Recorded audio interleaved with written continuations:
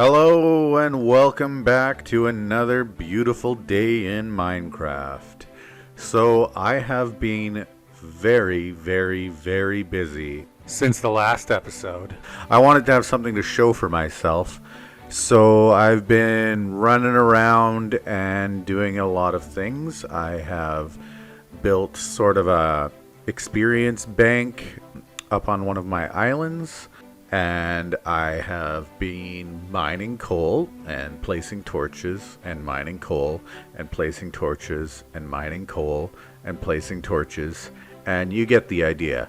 Basically, I have been torching off massive amounts of the stronghold maze underneath my base because I have found a couple of slime chunks that are touching each other, and I wanted to make a slime farm.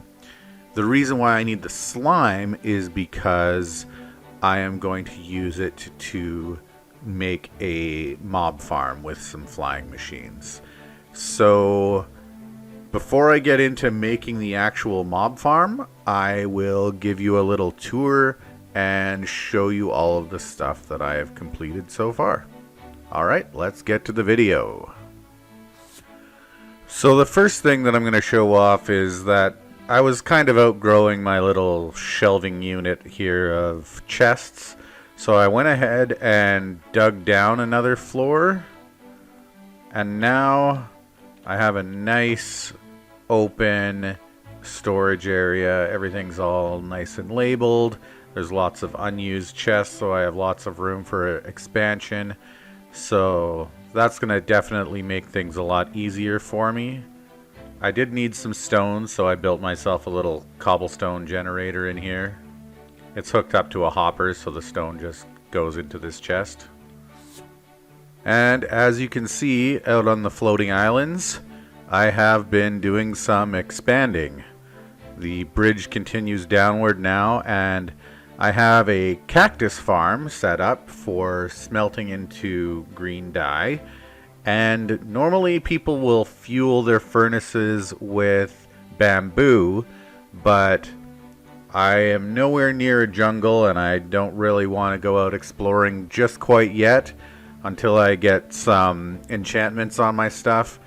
So I just brought some sheep up from the sheep farm, and I've put them in a little automated wool farm. You can see there's a ton of hoppers there, but I have all the iron to spare, so I didn't mind wasting a bunch of iron on hoppers. And it's just harvesting the wool and sending it over in these hoppers into the furnaces, so that as the cactus grows, it goes into the furnaces. The sheep's wool is the fuel, and that's my little experience bank. I'll give you a quick tour of it now. So here we are on both sides. We have cactuses growing, panes of glass in between, so that as they grow they automatically get popped off, and hoppers to pick it all up. This is a very hopper intensive build, but I figured with the iron farm it's no big deal.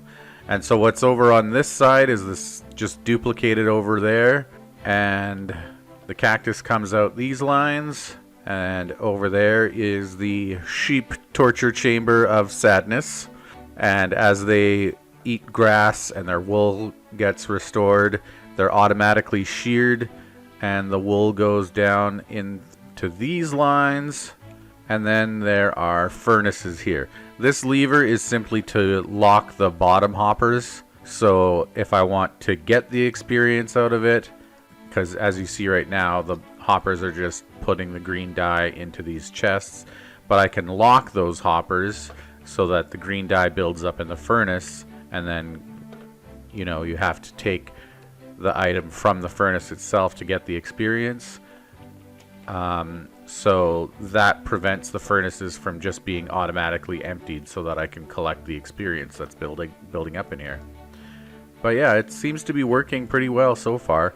Although it isn't the greatest source of experience, but it did allow me to repair my diamond pickaxe almost completely from all the mining that I've been doing for the slime farm, which I am going to show you that right now. One thing I wasn't really sure about is if given the seed, would the slime chunks still be the same on like chunkbase.org? So I did a little tester and I managed to get one slime out of this little area, and so it was a slime chunk. And also I've duplicated it over on the other side so they both share this golem. And I wasn't getting very much slime at all to begin with. It was like 1 or 2 slime per hour.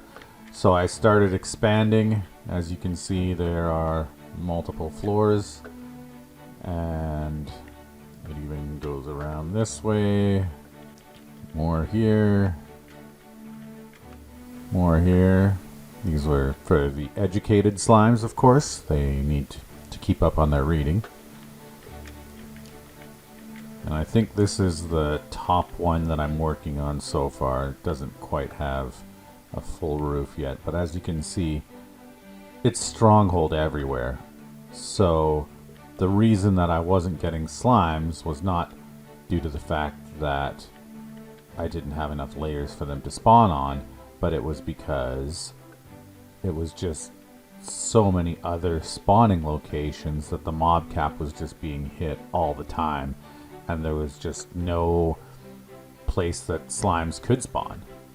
So I ended up just having to go on a mass coal mining spree, getting as much coal as I could possibly find and torching off the whole area. I spent hours and hours that I didn't even bother counting, but it was a lot.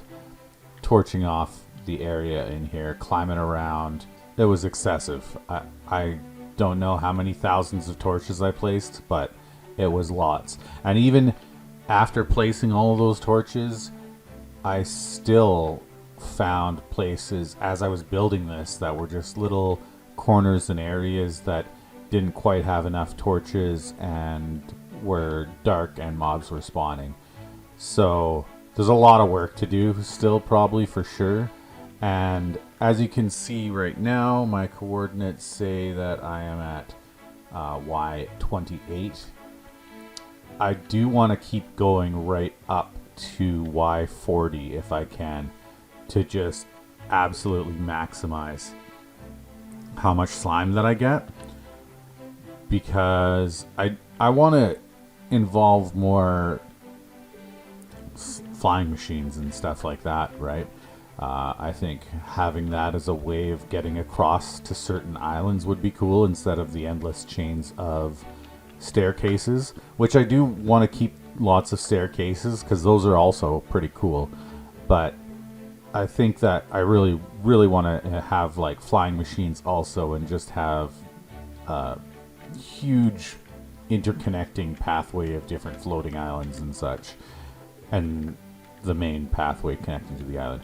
Also, I don't know if I showed this off in my last video, but I have a drop zone and now a soul sand elevator to take me up, because that spiral staircase that I made was just obnoxiously slow. Even in the soul sand elevator, it still takes a while to get all the way back up here. So things that I want to do today in this video is definitely start work on my mob farm. I don't know if I'll be able to finish it today, but I did some testing in my creative testing world of designs. It's going to be a farm that involves all the mobs, really. The only thing is, it's hard to get spiders to drop and get their experience, so the machine tends to just mash most of the spiders up and I just lose everything. But some of them will make it through, and even though they're always climbing the walls and falling down and climbing the walls, I still will get some string from it, not much, because they will fall down far enough that I can give them a few punches and then they'll fall down again and just die from fall damage. But most of it is just going to be zombies and skeletons and creepers. So that's going to be something that I'm working on in this video. And then another thing is I want to get a bee farm going, because I'm going to also probably need some honey blocks in the constructions of the flying machines. So there's going to be that. So I'm going to need a honey farm in order to start the process of collecting honey. But that's not a big deal right now because my mob farm is going to use slime blocks for its flying machines. But starting now, I'm going to want some honey.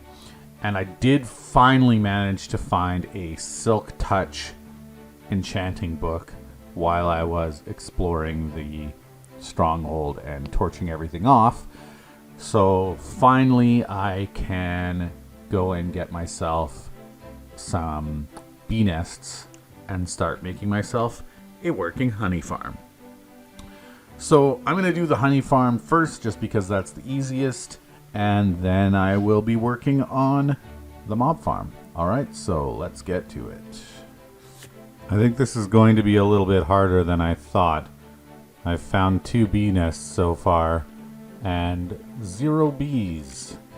So I may have to go on a little bit of an adventure, or maybe try growing some trees in this area and seeing if I can get one to grow with bees, because it seems like all the bees have flown away forever. It's never easy, is it? I have one more place nearby that I'm thinking about checking. There's a plains over on the other side of this desert, and there might be some bees over there. Well, that didn't pan out for me. I went through this whole plains and I didn't see a single beehive, which means I am going to have to do this the hard way, I guess. So I'm gonna have to get some saplings and start growing some trees and hope to luck out on that 5% chance. Is it going to take 20 trees to get it? Is it going to take 40? Or maybe I'll get it sooner. I guess we will find out. Okay, so we're here by my iron farm because it's in a plains biome, which does have a higher chance of generating a bee nest. So we need a flower and a sapling. So let's see how long it takes for me to get myself a beehive.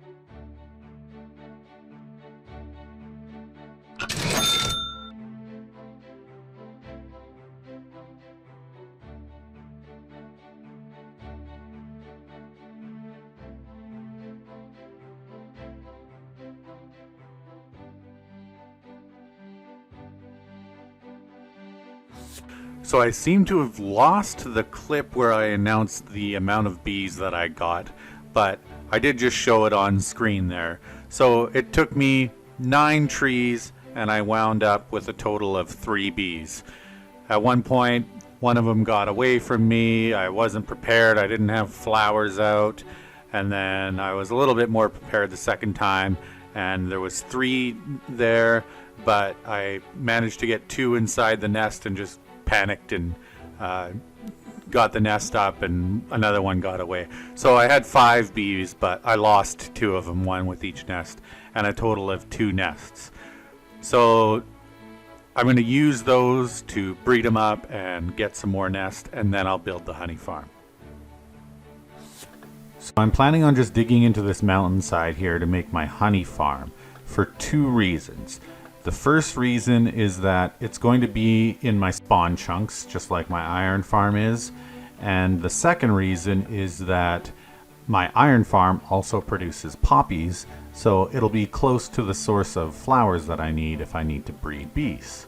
Alright, so here we go.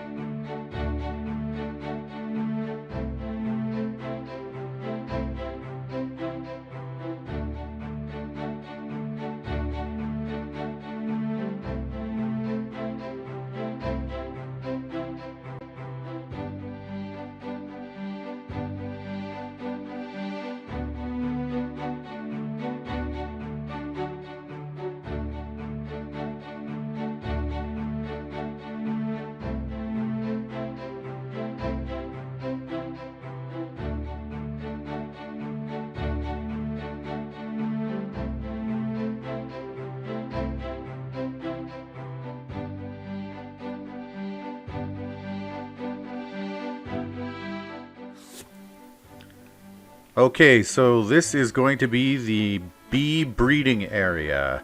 I've got some flowers lined up, I've got some beehives lined up, and then after a hive is full, I will just block it off so that the bees can't get out, and keep going until I've got a full set of hives ready to go.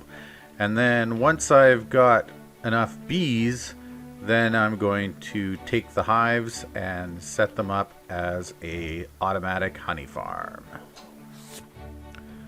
Okay, so I have hollowed out this area here, and I've got enough room for all of the hives that I'm going to be putting out, and now it's time to start making the bee farm. So the way that it's going to work is there's a comparator coming out of where the hive is going to be, and that's going to send a redstone signal down this way, and when it gets to 5, it'll power this block, powering that, or turning off that torch, which will ignite this redstone torch, sending a signal to the dispenser that's above the hive, and that will trigger a glass bottle to be dispensed into the hive, and a hopper underneath will send that out into a chest.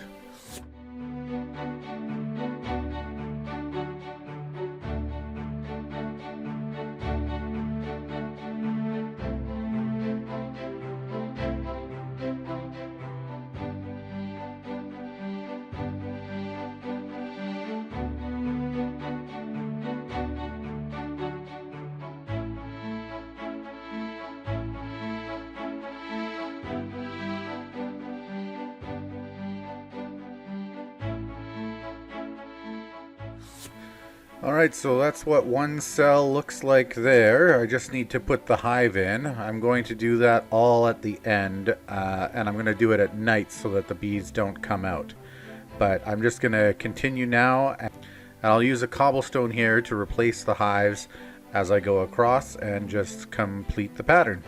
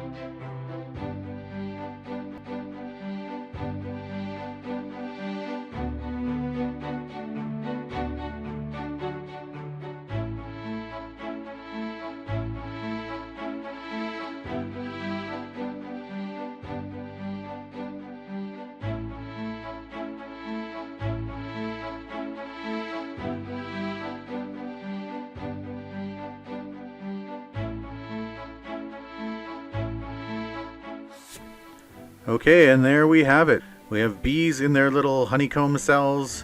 They are getting the pollen off the flowers and going back into their hives. And then as they fill up the hives, it'll be detected and the dispenser will shoot a bottle down and that'll be filled up with honey. One thing you have to do with this farm that I've noticed from testing in my creative world is that you have to make sure your dispensers have something in every slot. I need to go make a lot more bottles because that's not going to last very long. But that's basically it. So this is just going to be constantly producing honey. If anybody would like a block-by-block tutorial of exactly how to build this farm, just let me know in the comments and I will make a video on it. Alright, so on to the next section of the video. Okay, so I do have more recorded where I made the mob farm, but I'm not going to include that in this video because this is already my longest episode yet. So I'm just going to have this be the video for this episode, and then next episode, which should be out shortly because I already have all the footage, I just have to edit it all together, that will be the one where I show you the design of the mob farm. But for now, we're going to end it here. Thank you very much for joining me. If you liked this video, please leave a like, and if you really liked it, be sure to subscribe and click the notifications bell so you don't miss out on any future videos. Alright, thanks again, and I will see you in the next episode.